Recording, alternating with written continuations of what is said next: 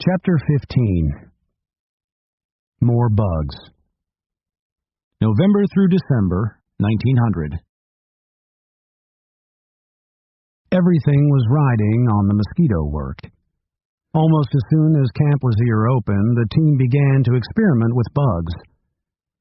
In November, Private John Kissinger was bitten twice by infected insects. His roommate, John Moran, was also bitten twice. So were several other men.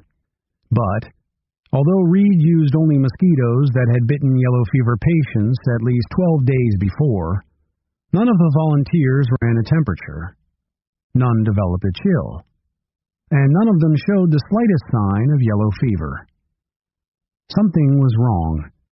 Reed, Carroll, and Agramonte anxiously examined the data. Surely there had to be some logical explanation. But what? Maybe, Reed thought, the colder fall weather had somehow affected the mosquitoes. Maybe it took longer for the germ to mature inside the insect when temperatures were cool. Patiently, the scientists adjusted the timing. Then they tried again. On December 5th at 11:30 a.m., one of the doctors pressed a glass tube containing an infected mosquito against John Kissinger's arm. After that insect had bitten the young soldier, the doctor repeated the procedure with other infected mosquitoes. By the end of the morning, Kissinger had 5 itchy bites. 3 days later, Private Kissinger woke a few minutes before midnight feeling, he later said, a little cool. He was just getting up to close the tent flap when suddenly his body felt like ice. For several long minutes he huddled, freezing, in his cot. Then, as a little warmth crept back into his limbs, he reached out, lit a candle, and took his temperature. The mercury registered 101. Kissinger quickly sent a guard to fetch the doctor, who was sleeping about 25 feet away. Ames arrived in minutes. By then, John Kissinger was in agony. I felt, he later said, as though 6 Ford cars had run over my body. Every bone ached. My spine felt twisted and my head swollen, and my eyes felt as if they would pop out of my head. Even the ends of my fingers were aching. John Kissinger had yellow fever. At Reed's request, a panel of distinguished Cuban yellow fever specialists, including Dr. Feenley, examined the young private and confirmed the diagnosis. For the first time, one of the team's mosquito experiments had worked. In his quarters, Reed grabbed a pen and started a letter to his wife. It is with a great deal of pleasure that I hasten to tell you that we have succeeded in producing an unmistakable case of yellow fever, he started formally. Then all his excitement burst out. Rejoice with me, sweetheart, he wrote. I could shout for very joy that heaven has permitted me to establish this. Indeed, my precious heart, you cannot tell what a relief from suspense and anxious waiting this day has been. It was a big breakthrough. But it was only one experiment. Reed and the rest of the team knew that the results of any one experiment could be an accident. More confirming evidence was needed, and the researchers waited tensely for the next results. Then, a few days later, Antonio Benigno and 2 of the other Spanish immigrants who had been bitten by infected mosquitoes became sick. When the panel of experts from Havana examined the patients, the diagnosis was clear. All 3 Spanish immigrants had come down with yellow fever. The evidence now seemed to show that mosquitoes could carry the illness, but Reed and his team were still not completely satisfied. As Kissinger and the Spaniards slowly recovered, the scientists set out to establish one final and important fact. For years, people had claimed that the yellow fever germ could somehow contaminate whole buildings like a kind of poison gas. The idea was so common that once, in 1898, every building in the Cuban town of Siboney had been burned down to stop a yellow fever epidemic. Now Reed, Carroll, in Agramonte wanted to show that a building could be infected with yellow fever only if it contained infected mosquitoes.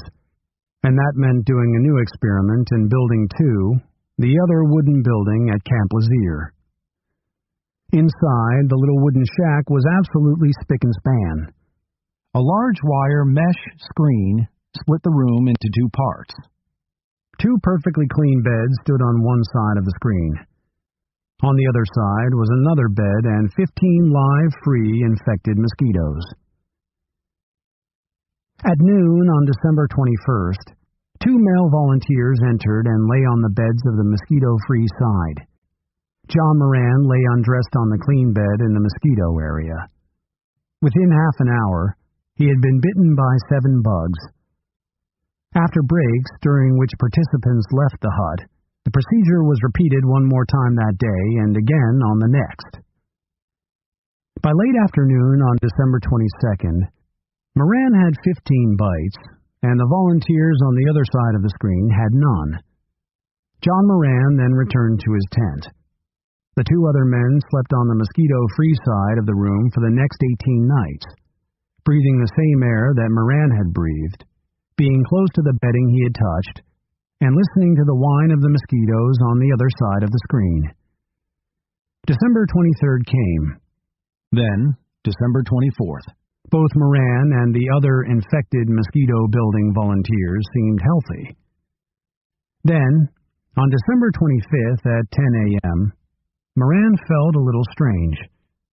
He took his temperature, noted that it was 100 degrees, and carefully wrote the figure on his chart. 2 hours later, Moran checked again. His fever had climbed to 103.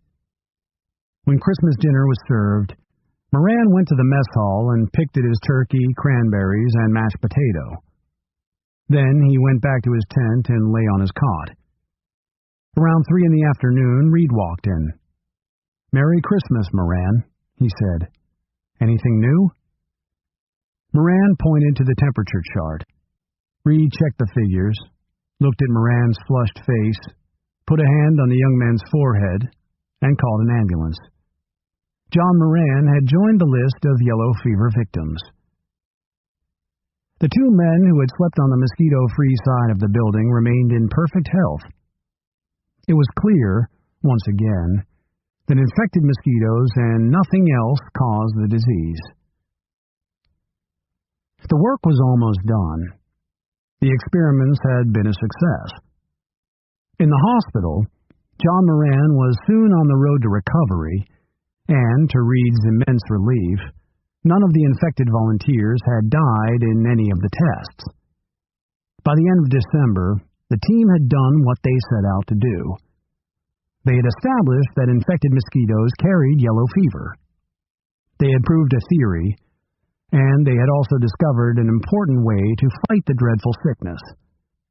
Because scientists now knew that mosquitoes transmitted yellow fever, they also knew that killing mosquitoes would immediately stop the spread of the disease.